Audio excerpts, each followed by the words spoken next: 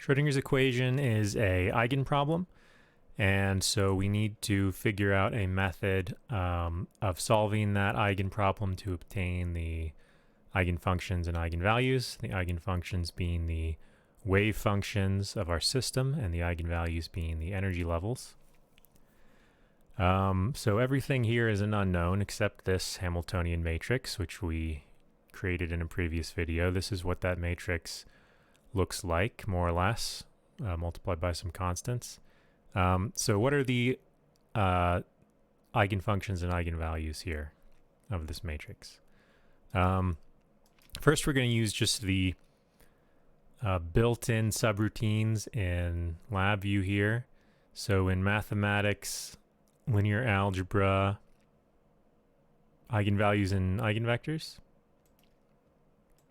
you can just wire up your matrix to that.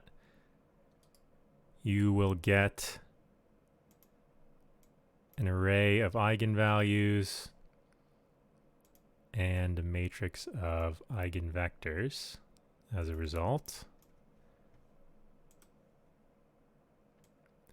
Here we go. And, oops, just going to make this a little bit bigger. So now you can see there are 6 to 6 by 6 array. There are 6 eigenvalues and 6 eigenvectors, which are these columns here.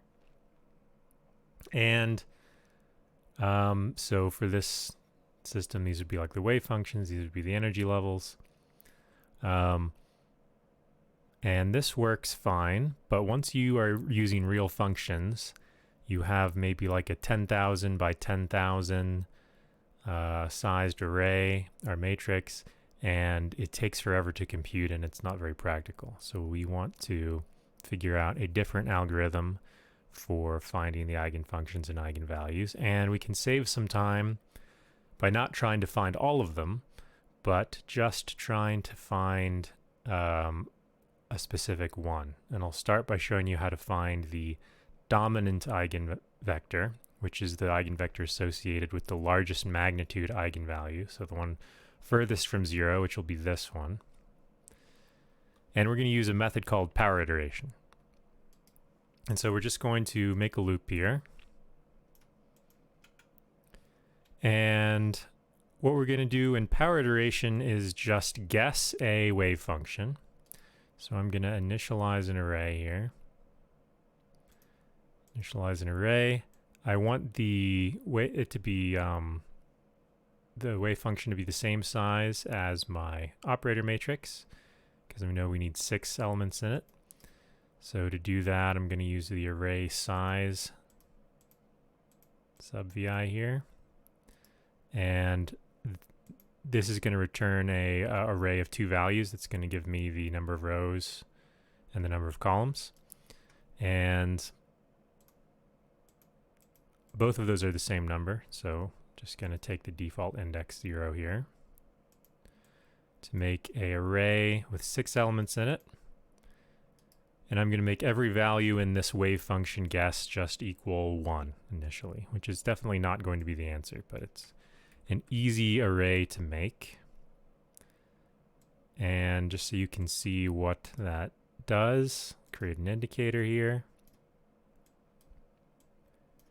And run the program. Let me get rid of that loop so we can actually run it. There you can see I've just made an array of 6 ones.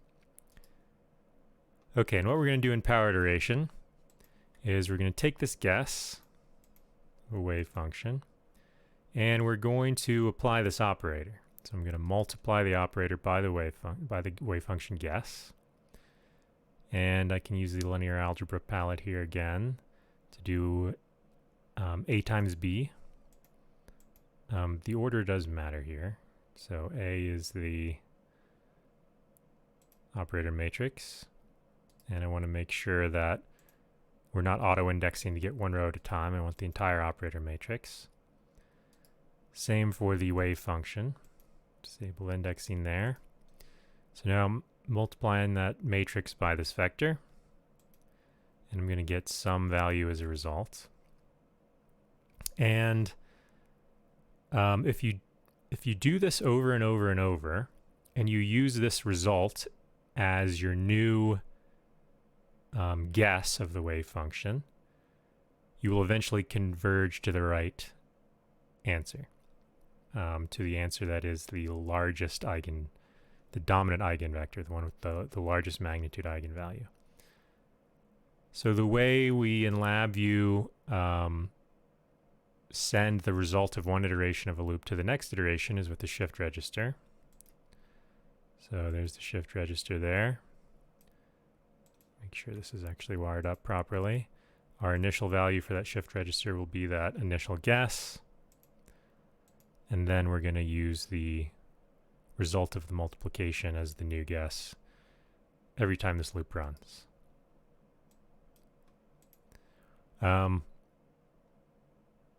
Okay. One thing, though, is that although we will get the right eigenvector, sometimes the value of every element gets so large that you get some overflow error with your, you can only have a number of a certain size stored in computer memory, so you'll get some overflow error. And so we're also going to normalize the array every time so that it stays with a constant magnitude of 1. And so the way you do that is you want to take the square of every element, take the sum of the squares, and then take the square root. It's just like finding the hypotenuse of a triangle, only now instead of 2 dimensions we have 6 or however many.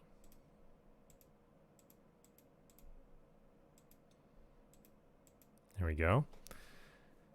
And this should work, and we don't have an n wired. How many times should we do this? We don't really know. I'm just going to put 1,000. It's probably way too many. But it never hurts to have too many. It will converge to the right answer, and we might have a bunch of wasted iterations, but this will happen so fast on the computer that I don't really care if we're not being super efficient. So let's create the indicator here. This should be our dominant eigenfunction. And there we go. So it should be, this is the largest magnitude eigenvalue. So we should have this. And we do. We have all of the negative values of that eigenvector, which is the same thing. If you have a wave function, that has some positive amplitude on one side and some negative amplitude on the other side, it's the same energy as if you switched all the amplitudes. The amplitude of the wave function doesn't matter. What ends up mattering is the square of the wave function. So these are both the same solution, in effect. But usually, when you're solving Schrödinger's equation, you don't want the dominant eigenvector. That would be the highest energy solution, which is usually some unbound state that is not physically meaningful. What you want is the lowest energy solution, so the value closest to 0, which here would be this one. So how can you do that? Well, instead of multiplying by the operator matrix over and over, you can multiply by the inverse of the operator matrix over and over. And that will give you the smallest number, because it'll be 1 over the number, so it gets smaller and smaller and smaller. And a convenient way to do that is, it turns out multiplying by the inverse is the same as solving a system of linear equations.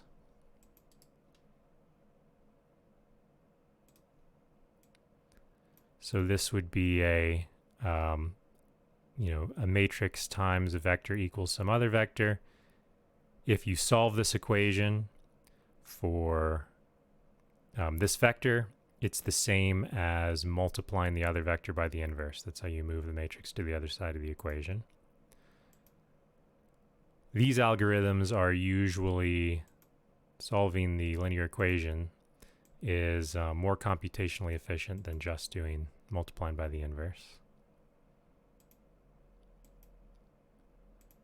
We're going to use our same initial guess of all ones. It doesn't matter really what the initial guess is.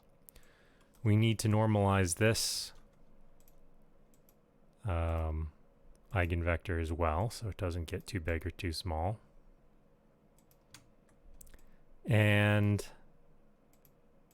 now we can get this answer, which is the smallest eigenvalue eigenfunction. I don't know if there's a better word for that. But let's see if it works. Should be this one. And again, we've got the opposite sign, but all of the values are the same. So, good. All right, so we've solved for, this would be the ground state wave function, essentially. We have not solved for the energy of that yet. So you might think, well, you can just use Schrödinger's equation here.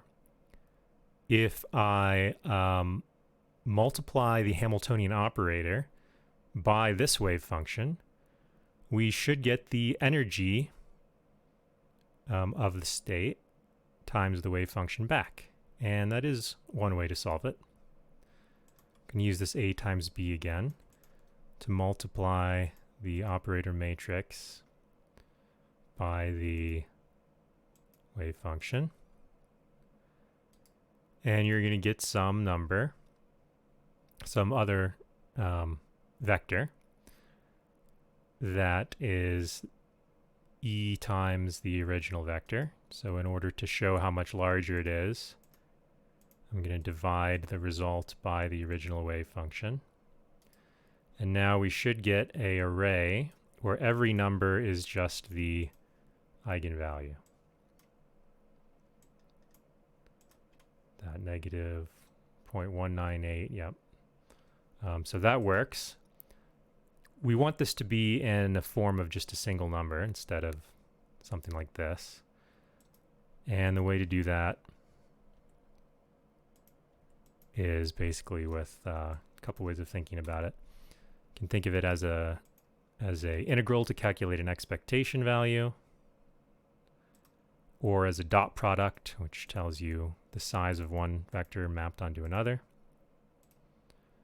In practice, this is what you end up doing. You multiply the result of that A times B calculation times your initial wave function, take the sum, which is equivalent to an integral.